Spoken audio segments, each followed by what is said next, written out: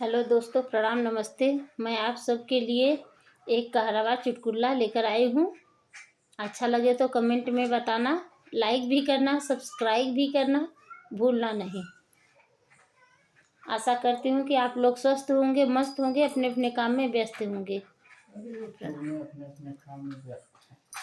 दिलवा रसिया रे बा ससुर मोरुआ दवा लेके आम। दिलवा रसिया रे ससुर हुआ दवा लेके आम।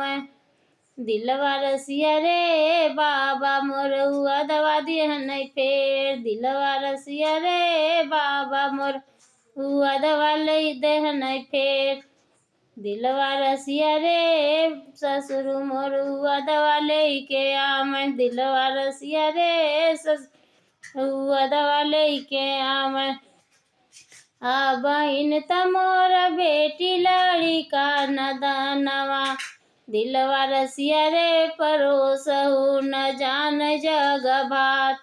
दिलवा रसिया रे परोसहु न जान जग भात।